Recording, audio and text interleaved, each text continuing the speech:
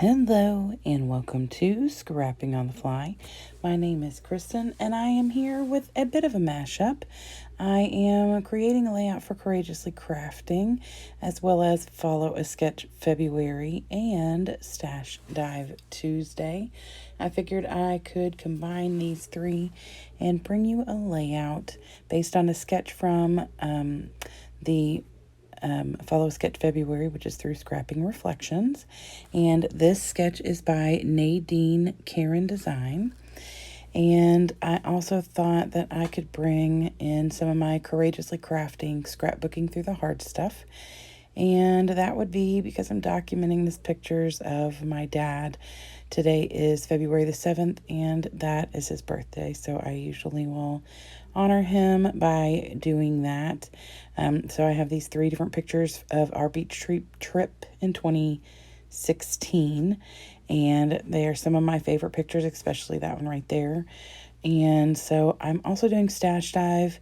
I've already cut circles on my Cricut in a multiple sizes and have my Creative Memories punches for some other additional little circles. I'm going to go a little crazy with the circles. And then here's my Stash Dive. I have a beach bin.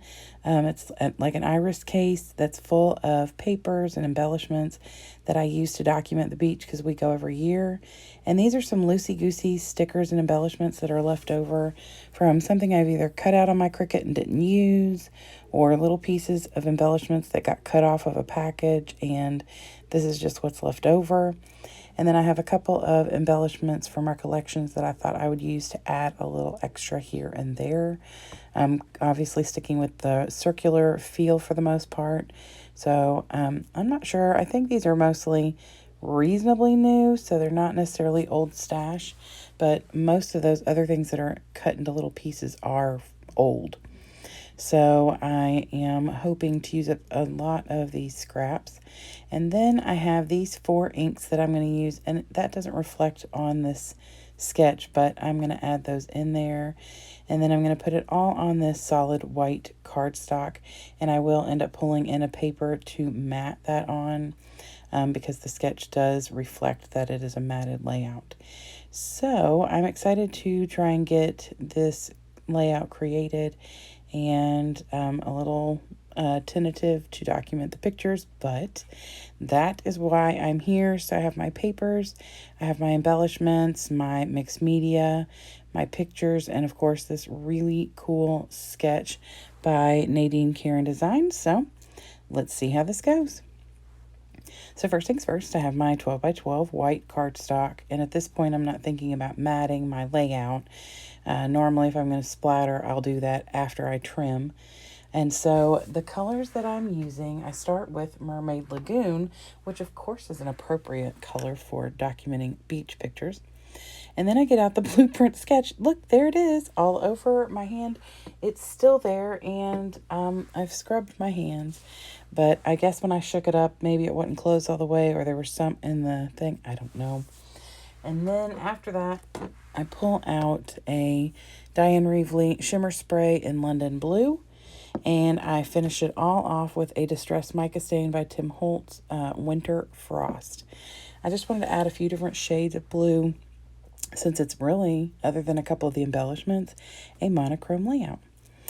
Which is what I went in looking for originally, but when I pulled the papers out for what I wanted to make the circles with, most of it was blue except for the wood grain and the sand. So I just figured I'd kind of run with that. It is the beach. It was my father's favorite color, and he's wearing blue in 2 of these pictures. So I felt like that fit.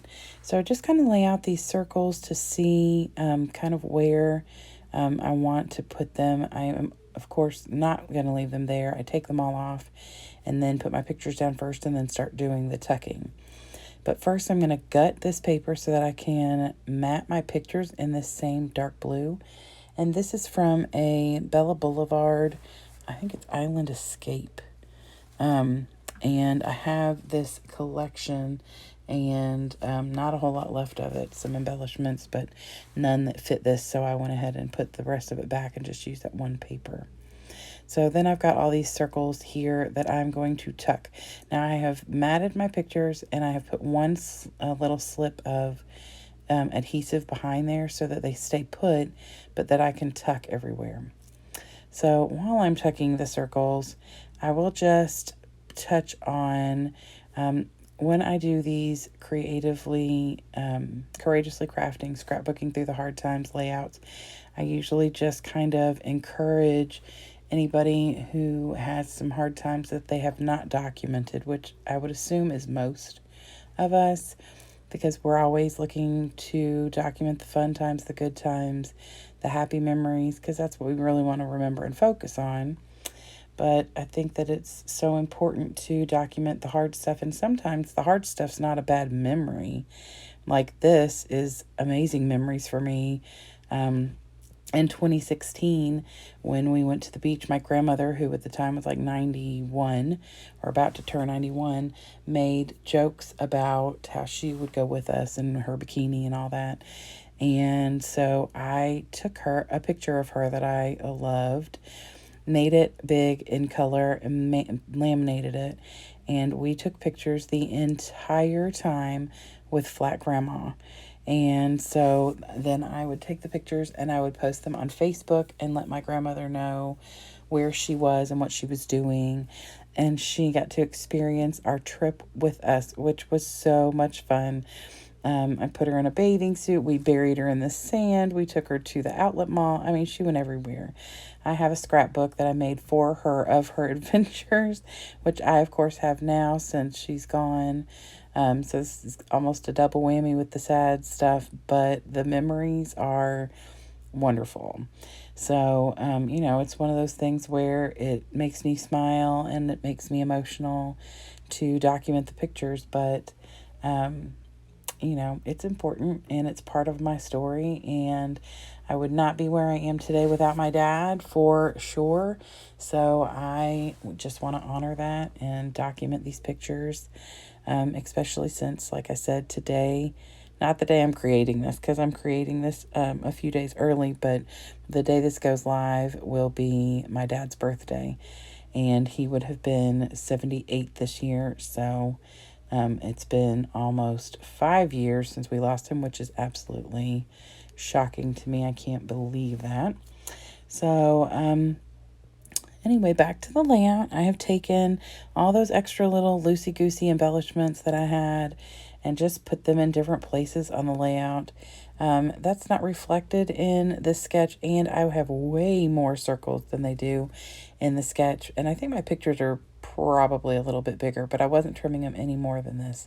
My original plan was to do 4x4, but I felt like if I could trim them down to 3.5 by 3.5, that'd be okay. And the picture of him and my aunt playing Scattergories, unfortunately, cut out my daughter. Of course, you can't really see anything but her arm. And then my grandma's picture was standing up with her little board for the Scattergories game to the side. I'm not kidding you all. She participated in everything.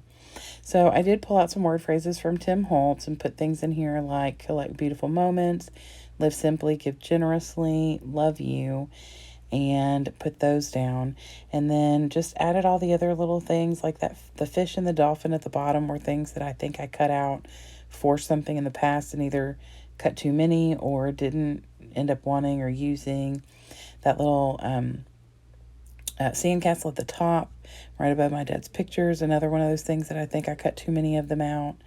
So after I got all of that done, I knew I needed to title it, and the title on this sketch is right underneath the separated picture. And I put this little soft-spoken title over here, and it says A Special Man. But I didn't want it to go right there. It was going to cover up part of the dolphin and the little shell that I put there. I thought that it would look a little bit better down here underneath. And so I just put it down there. It's got a little stitching on it, a couple gemstones. And I think that it turned out great down there. So I'm going to show you all the close-ups. I got to use some stash that have been sitting around for a long time. I got to use a bunch of scraps, which makes me super happy.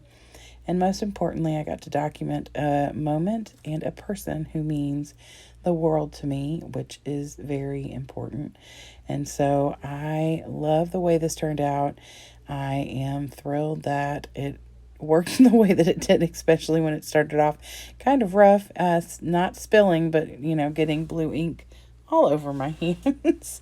So, but I hope that this has encouraged you, even if it's just to think about it, to document some of the not as easy times that are going on or have gone on in your past. There is a whole series for this that started back in July, and then I've continued almost every month with at least one Courageously Crafting layout. And of course, all of the people following along with Follow Sketch February and Stash Dive Tuesday, everything you need to know will be linked down below in the description box. I hope that you will check that out. I also hope that you'll come back and see me tomorrow. And I hope you have a great night. Happy scrapping.